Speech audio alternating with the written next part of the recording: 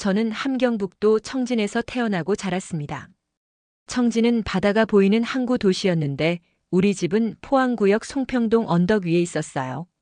창문을 열면 파란 바다가 한눈에 들어오는 그런 곳이었습니다. 그때가 한 90년대 중반이었나요? 제가 20살이 넘어서였으니까요. 저는 청진수산사업소에서 사무원으로 일했습니다.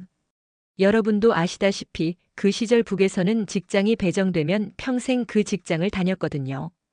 저도 그랬습니다. 매일 아침 7시면 집을 나서 언덕길을 걸어 내려가 사업소로 출근했어요. 우리 집은 부모님과 저 그리고 저보다 3살 어린 남동생 이렇게 넷이 살았습니다. 아버지는 젊은 시절 무산광산에서 일하시다가 청진으로 오셨어요. 퇴직하신 후에는 주로 집에 계시면서 가끔 바닷가에 나가 낚시를 하셨죠. 어머니는 평생 집안일을 하시면서 우리 남매를 키우셨습니다. 어머니 손맛은 정말 일품이었어요. 특히 명태국이요. 청진은 명태가 유명한 곳이거든요. 어머니가 끓여주신 명태국 한 그릇이면 추운 겨울날도 몸이 녹는 것 같았습니다. 저녁이면 가족이 다 모여 앉아 밥을 먹었어요. 그게 하루 중 가장 행복한 시간이었습니다. 아버지는 낚시 이야기를 하시고 어머니는 장마당에서 들은 이야기를 하시고 동생은 탄광일 이야기를 했죠. 저는 사업소에서 있었던 일을 이야기했고요. 평범한 일상이었습니다. 그냥 그렇게 사는 거라고 생각했어요. 물론 그때도 생활이 완전히 편한 건 아니었습니다. 배급이 제때 나오지 않는 날이 많았거든요. 한 달에 한두 번씩은 나왔을까요? 그래서 퇴근길에 장마당에 들러 쌀이나 옥수수를 조금씩 사와야 했어요. 그것도 가격이 자꾸 올라서 걱정이었습니다. 그래도 우리는 그럭저럭 살았어요. 아버지 퇴직금도 조금 있었고 제 월급도 있었고 동생도 일을 하니까요. 겨울이면 난방 문제로 고생했습니다. 연탄도 구하기 어렵고 나무도 귀했으니까요. 어머니는 여름에 미리 나무를 모아두셨어요. 그걸로 겨울을 났죠. 추운 날이면 가족이 한 방에 모여 이불을 덮고 있곤 했습니다. 그래도 함께 있으니 따뜻했어요. 그때는 몰랐습니다. 이게 마지막이 될 줄은요. 부모님과 함께한 저 평범한 저녁 시간들이, 어머니가 끓여주신 명태국이, 아버지의 낚시 이야기가 모두 다시는 돌아올 수 없는 시간이 될 줄은 꿈에도 몰랐습니다. 그저 당연한 일상이라고 생각했어요. 내일도 모레도 계속 이렇게 살 거라고 믿었죠. 하지만 세상은 제 생각처럼 돌아가지 않았습니다.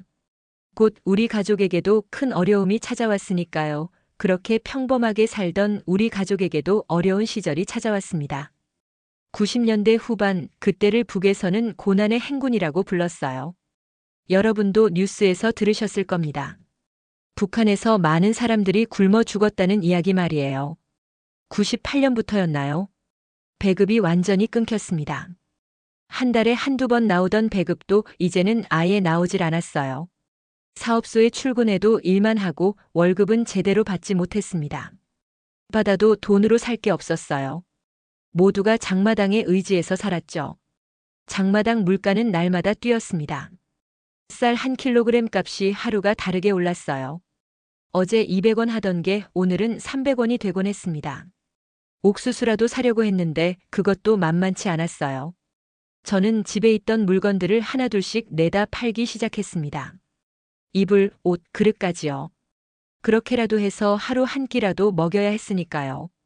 제일 큰 문제는 어머니였습니다. 어머니는 당뇨가 있으셨거든요. 원래는 병원에서 약을 받아 드셨는데 이제는 그것도 끊겼어요. 병원에 가도 약이 없다고 했습니다. 인슐린 주사를 맞아야 하는데 그건 돈을 줘도 구할 수가 없었어요. 어머니는 날로 야위셨습니다. 손발이 저리다고 하시고 눈도 잘 안 보인다고 하셨어요. 제가 아는 당뇨 증상이었습니다. 약을 드셔야 하는데 제가 해드릴 수 있는 게 없었어요. 딸로서 정말 무력했습니다. 순이야, 괜찮다. 엄마는 괜찮아. 어머니는 늘 그렇게 말씀하셨어요. 아프신데도 저희들 앞에서는 밝게 웃으려 애쓰셨죠. 그 모습이 더 마음 아팠습니다. 밤이면 어머니의 신음소리가 들렸어요. 아프신데 참으시는 거였죠. 아버지는 더 이상 낚시를 나가지 못하셨습니다. 기력이 없으셨거든요. 하루 한 끼 많아야 두 끼를 드셨으니까요. 동생도 탄광에서 일은 하지만 배급을 못 받았어요. 우리 집 형편은 점점 더 어려워졌습니다. 그때 저는 처음으로 생각했습니다. 이대로는 안 되겠구나. 뭔가 방법을 찾아야 해. 특히 어머니 약을 구해야 했어요. 이대로 가다가는 어머니가 돌아가실 것 같았습니다. 딸로서 제가 뭔가 해야 했어요. 그런데 제가 뭘 할 수 있을까요? 사업소 월급으로는 턱없이 부족했고 팔 물건도 거의 다 팔아버렸어요. 저는 막막했습니다. 하지만 포기할 수는 없었어요. 어머니를 그냥 두고 볼 수 없었으니까요. 그러던 어느 날 이웃에 사시던 박 아주머니가 제게 말했습니다. 순이야, 중국 한번 가볼 생각 없니? 거기 가면 돈 벌 수 있다던데. 그 말이 제 운명을 바꿀 줄은 그때는 몰랐습니다. 박 아주머니의 말은 계속 제 머릿속을 맴돌았습니다. 중국에 가면 돈을 벌 수 있다니. 처음에는 말도 안 된다고 생각했어요. 국경을 넘는다는 게 얼마나 위험한 일인지 알고 있었으니까요. 걸리면 큰일 나는 거였죠. 하지만 어머니의 상태는 날로 나빠지셨습니다. 어느 날 아침 어머니가 일어나시지 못하셨어요. 손발에 힘이 없다고 하셨죠. 제가 부축해서 일으키니까 어머니는 겨우 앉으실 수 있었습니다. 그 모습을 보는 제 마음은 찢어지는 것 같았어요. 이러다가 정말 어머니를 잃는 건 아닐까. 그런 생각이 들었습니다.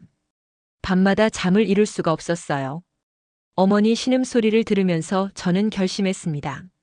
중국에 가서 돈을 벌어오자. 어머니 약을 사드리자. 그것만이 딸로서 제가 할 수 있는 일이라고 생각했어요. 박 아주머니를 다시 찾아갔습니다. 아주머니, 중국에 어떻게 가는 건가요? 아주머니는 조용히 주변을 둘러보시더니 작은 목소리로 말씀하셨어요. 함경북도에서 중국으로 넘어가는 사람들이 있다는 거였습니다. 브로커라는 사람들이 도와준다더군요. 물론 돈을 내야 했어요. 하지만 중국에 가면 한 달만 일해도 그 돈을 벌 수 있다고 했습니다. 중국 식당에서 일하거나 농사일을 도와주면 돼. 한 달에 우리 돈으로 치면 몇백만 원은 벌 수 있어. 그 말을 듣고 저는 가슴이 뛰었습니다. 그 돈이면 어머니 약을 충분히 살 수 있었어요. 인슐린도 구할 수 있을 것 같았습니다. 쌀도 사고 옥수수도 사고 겨울나무도 넉넉히 준비할 수 있었죠. 하지만 한편으로는 두려웠습니다. 부모님을 두고 떠난다는 게 쉬운 일이 아니었거든요. 특히 어머니가 아프신데 제가 없으면 누가 돌봐드리나 하는 생각이 들었어요. 며칠 밤을 고민했습니다. 그러다가 결심했어요. 한 달만, 길어도 두 달만 다녀오자. 금방 돌아올 거야. 그 정도면 어머니도 견디실 수 있을 거야. 그리고 돈을 벌어서 오면 어머니 약도 사드리고 우리 집 형편도 나아질 거야. 저는 스스로를 설득했습니다. 이게 최선이라고요. 지금 이대로 있으면 어머니는 점점 더 나빠지실 거고 결국엔 돌아가실지도 모른다고요. 하지만 제가 중국에 가서 돈을 벌어오면 어머니를 살릴 수 있다고요. 2004년 봄이었습니다.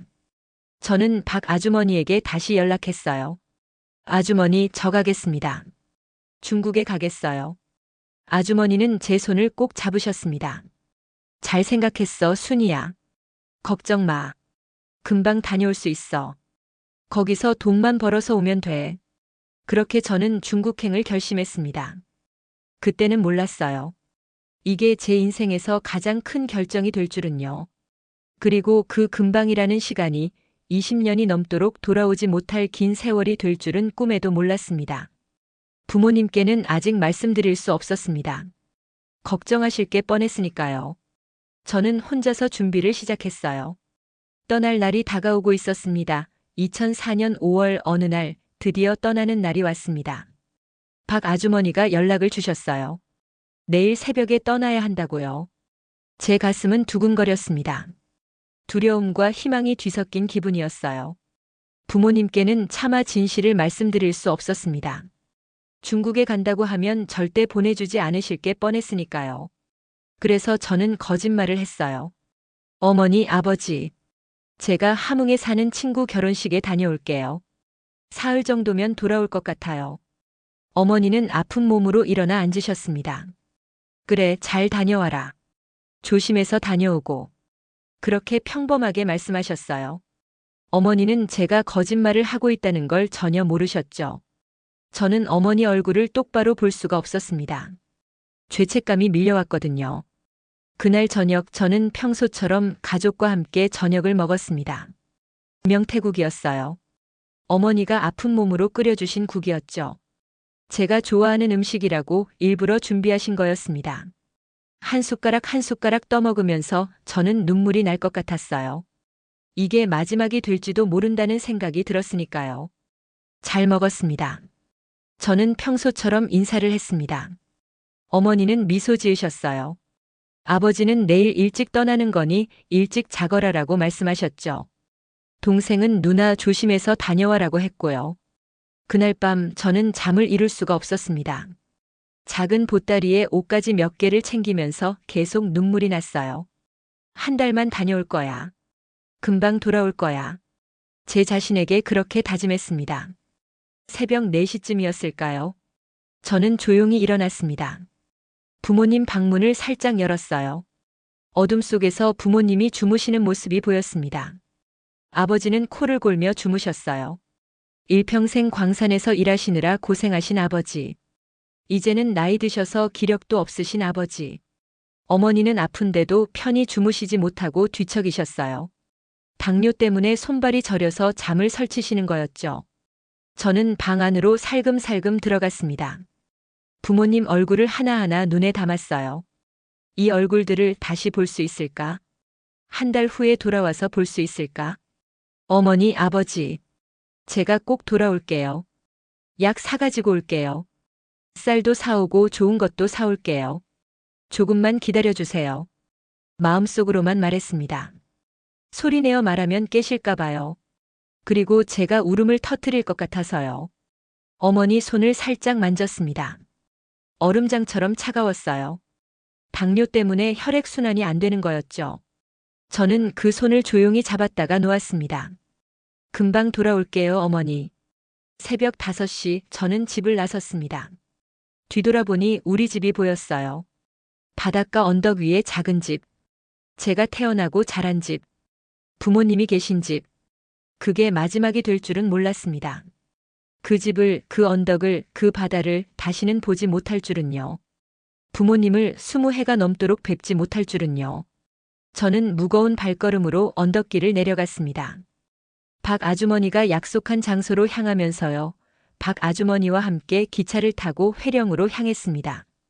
청진에서 회령까지는 기차로 몇 시간 걸렸어요. 기차 안에서 저는 계속 창밖만 바라봤습니다. 지나가는 산과 들판이 보였어요. 제가 살던 땅이었죠. 이 땅을 떠난다는 게 실감이 나질 않았습니다. 회령에 도착하니 어떤 남자가 우리를 기다리고 있었어요. 박 아주머니가 미리 연락해둔 사람이었죠. 그 사람은 말수가 적었습니다. 날이 어두워지면 출발한다고만 했어요. 우리는 어느 낡은 집에서 해가 지기를 기다렸습니다. 저 말고도 몇 명이 더 있었어요. 다들 제 나이 또래나 더 어린 사람들이었죠. 모두 같은 처지였습니다. 먹고 살기 힘들어서 가족을 위해서 이 위험한 길을 택한 사람들이었어요. 밤 11시쯤 남자가 일어서며 말했습니다. 이제 출발한다. 소리 내지 말고 따라와. 우리는 어둠 속을 걸었습니다. 1시간쯤 걸었을까요? 갈대밭을 지나고 논둑을 건너고 또 걸었어요. 발이 아팠지만 아무 말도 할 수 없었습니다. 가이드가 조용히 하라고 했으니까요. 그리고 마침내 두만강이 보였습니다. 어둠 속에서도 강물이 흐르는 소리가 들렸어요. 제 심장이 미친 듯이 뛰었습니다. 저강을 건너면 중국이다. 하지만 동시에 저강을 건너면 다시는 돌아오지 못할지도 모른다. 그런 생각이 들었어요. 자, 이제 들어가야 한다. 빨리 건너야 해. 순찰 때가 올 수 있어. 가이드의 말에 저는 정신을 차렸습니다. 앞선 사람들이 하나둘씩 강으로 들어갔어요. 물이 허리까지 차올랐습니다. 5월인데도 강물은 얼음장처럼 차갑더군요. 제 차례가 왔습니다. 저는 숨을 깊이 들이마시고 강으로 들어갔어요. 순간 온몸이 얼어붙는 것 같았습니다. 너무 차가웠어요. 발이 미끄러웠고 물살이 새서 균형을 잡기 힘들었죠. 앞사람의 등을 보면서 한 걸음 한 걸음 나아갔습니다. 그때였습니다. 저 멀리서 불빛이 보였어요. 순찰대다. 엎드려. 가이드가 속삭였습니다. 우리는 물속에서 숨을 죽였어요. 차가운 물에 잠긴 채로요. 저는 이를 악물고 참았습니다. 온몸이 떨렸어요. 추워서인지 두려워서인지 모르겠더군요. 불빛이 가까워졌습니다. 순찰대가 강둑을 따라 걸어가는 소리가 들렸어요. 제 심장 소리가 너무 커서 들킬 것 같았습니다. 제발, 제발. 마음속으로 기도했어요. 그 순간 저는 부모님 얼굴이 떠올랐습니다. 새벽에 잠들어 계시던 어머니 얼굴, 아버지 얼굴. 만약 제가 여기서 잡히면 부모님은 어떻게 되실까? 딸이 국경을 넘으려다 잡혔다는 소식을 들으시면 얼마나 놀라시고 슬퍼하실까? 어머니, 아버지. 저를 지켜주세요. 하늘에 계신 조상님들께도 빌었습니다.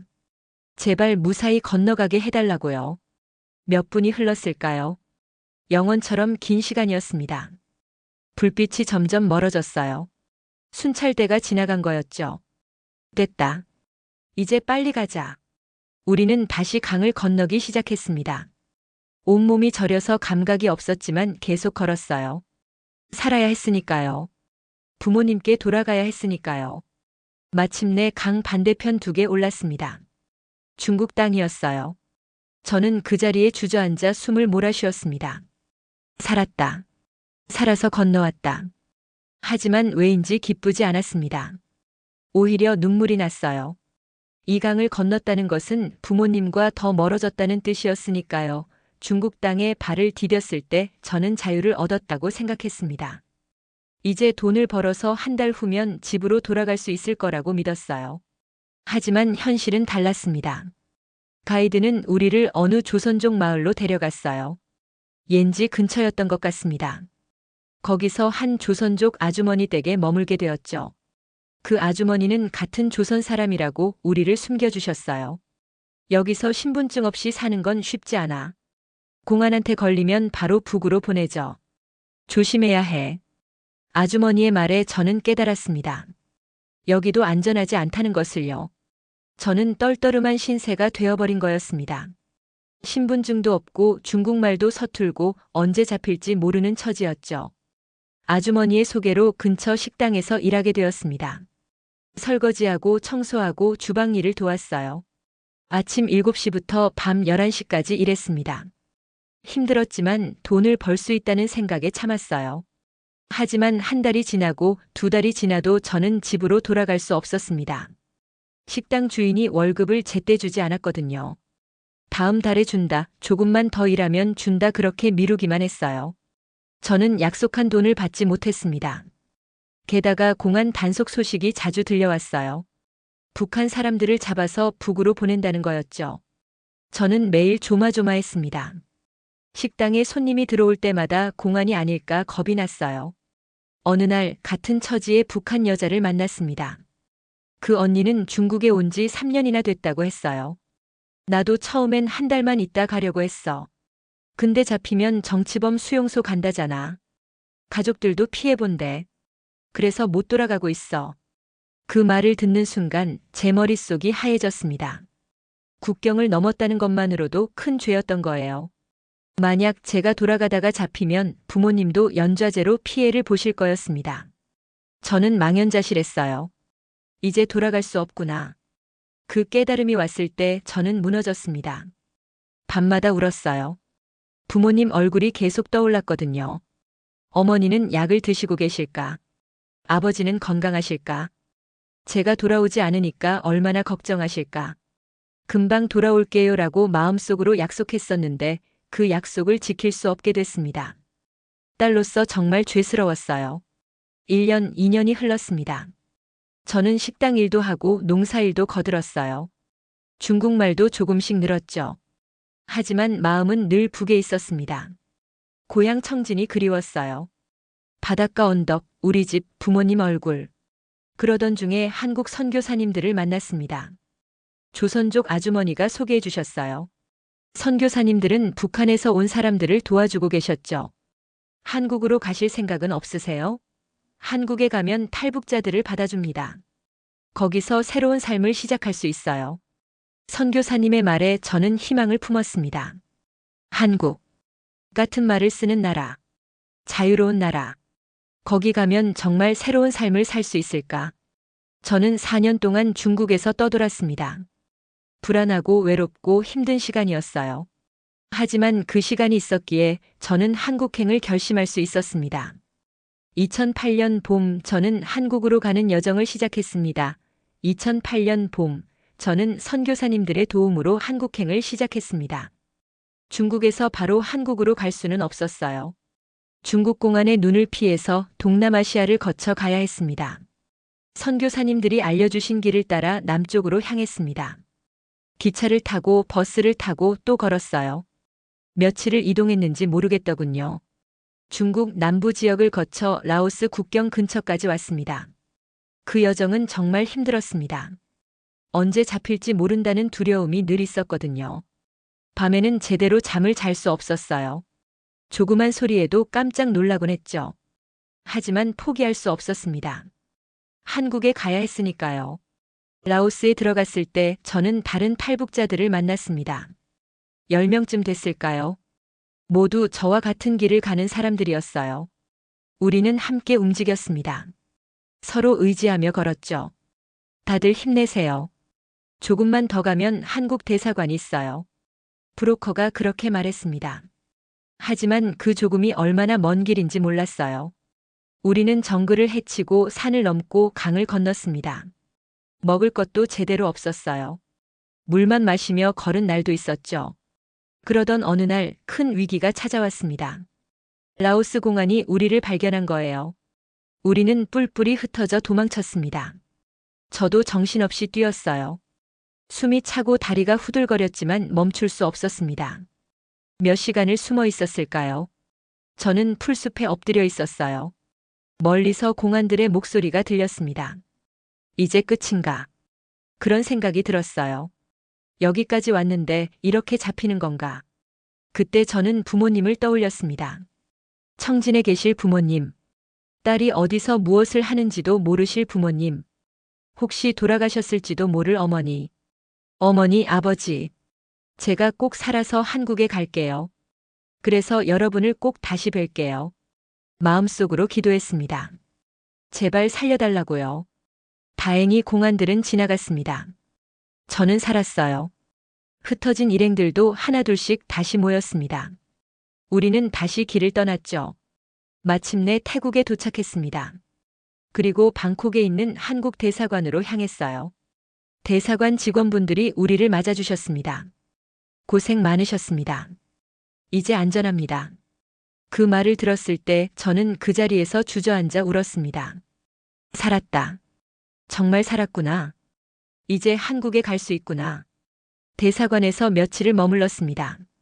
절차를 밟고 서류를 작성했어요. 그리고 드디어 한국행 비행기를 탈 수 있게 됐습니다. 비행기 안에서 저는 창밖을 바라봤습니다. 구름 위를 날아가고 있었어요. 북에서 중국으로, 중국에서 동남아시아로, 그리고 이제 한국으로. 참 먼 길을 돌아왔습니다. 부모님, 제가 한국에 가면 꼭 모셔올게요. 조금만 기다려주세요. 저는 그렇게 다짐했습니다. 한국에서 자리를 잡으면 부모님을 꼭 모셔올 거라고요. 그때는 그게 가능할 줄 알았어요. 2008년 6월 저는 인천공항에 도착했습니다. 4년 만에 저는 자유의 땅에 발을 디뎠습니다. 2008년 6월 인천공항에 처음 발을 디뎠을 때를 잊을 수가 없습니다. 공항 안은 환했어요. 형광등 불빛이 너무 밝아서 눈이 부셨죠. 사람들이 오가고 가게마다 물건이 가득했습니다. 저는 그 자리에 서서 한참을 멍하니 있었어요. 여기가 정말 한국이구나. 내가 정말 자유의 땅에 왔구나. 가슴이 벅차올랐습니다. 동시에 눈물이 났어요. 이렇게 좋은 곳에 혼자 왔다는 것이, 부모님을 두고 왔다는 것이 마음 아팠거든요. 먼저 하나원이라는 곳에 갔습니다. 탈북자들이 한국 생활을 배우는 곳이었어요. 석 달 동안 거기서 지냈죠. 한국 사회에 대해 배우고 직업 훈련도 받았습니다. 하나원을 나와서는 구로구에 작은 원룸을 얻었어요. 정부에서 지원금을 주셨거든요. 처음으로 제 이름으로 된 집이 생긴 거였습니다. 그 작은 방에 앉아 있으니 신기하면서도 외로웠어요. 한국 생활은 놀라운 것 투성이었습니다. 편의점이 24시간 열려 있다는 것도 신기했어요. 마트에 가면 물건이 넘쳐나는 것도요. 북에서는 상상도 못할 일이었죠. 인터넷으로 북한 소식을 찾아볼 수 있다는 것도 놀라웠습니다. 하지만 적응은 쉽지 않았어요. 말투가 달랐거든요. 저는 북한 억양이 강했고 사람들은 제 말을 잘 못 알아들었습니다. 음식 맛도 달랐어요. 김치도 된장찌개도 다 조금씩 달랐죠. 그래도 같은 민족이니까 시간이 지나니 익숙해졌습니다. 봉제 공장에 취직했습니다. 재봉틀을 돌리는 일이었어요. 손재주가 있어서 일은 괜찮았죠. 돈을 벌면서 조금씩 저축했습니다. 부모님을 모셔올 때 필요할 거야. 그런 생각으로요. 하지만 세월이 흐를수록 그 희망은 점점 멀어졌습니다. 부모님과 연락할 방법이 없었어요. 북한에 전화도 할 수 없고 편지도 보낼 수 없었죠. 브로커를 통해 소식을 알아보려 했지만 너무 위험하다고 했습니다. 자칫하면 북에 계신 부모님이 피해를 볼 수 있다고요. 그렇게 1년, 2년, 10년이 흘렀습니다. 어느덧 제 나이도 55이 됐어요. 탈북한 지 20해가 넘었습니다. 부모님은 살아계실까요? 2004년에 제가 떠났을 때 어머니는 60이셨고 아버지는 65이셨어요. 지금이면 어머니는 80이 넘으셨을 겁니다. 당뇨가 있으셨는데 약은 구하셨을까요? 아버지는 85이 넘으셨겠죠. 밤이면 꿈을 꿉니다. 청진 바닷가 언덕 우리 집 꿈을요. 어머니가 명태국을 끓이시고 아버지가 낚시 이야기를 하시는 꿈. 그 꿈에서 깨면 저는 울고 있습니다. 여러분, 제가 그때 알았더라면 어땠을까요? 한 달만 다녀온다는 것이 20년이 넘는 이별이 될 줄 알았더라면요. 그래도 떠났을까요? 아마 떠나지 못했을 겁니다. 부모님을 두고 어떻게 떠나겠어요? 하지만 저는 떠났고 이제는 돌아갈 수도 없습니다. 북에 두고 온 부모님, 동생, 그 모든 것들. 제 마음은 여전히 거기에 있어요. 간절히 바랍니다. 우리 세대의 통일이 되었으면 좋겠습니다. 그래서 제가 고향 땅을 다시 밟을 수 있었으면 좋겠어요. 부모님 산소라도 찾아뵙고 무릎 꿇고 용서를 빌고 싶습니다. 어머니, 아버지, 불효한 딸을 용서해 주세요. 금방 돌아온다던 딸이 20년이 넘도록 돌아가지 못했습니다. 그래도 언젠가는 꼭 뵙겠습니다. 통일이 되는 그날 제가 꼭 고향에 가겠습니다. 이것이 제 이야기입니다. 고향에 두고 온 부모님을 잊지 못하는 딸의 이야기입니다.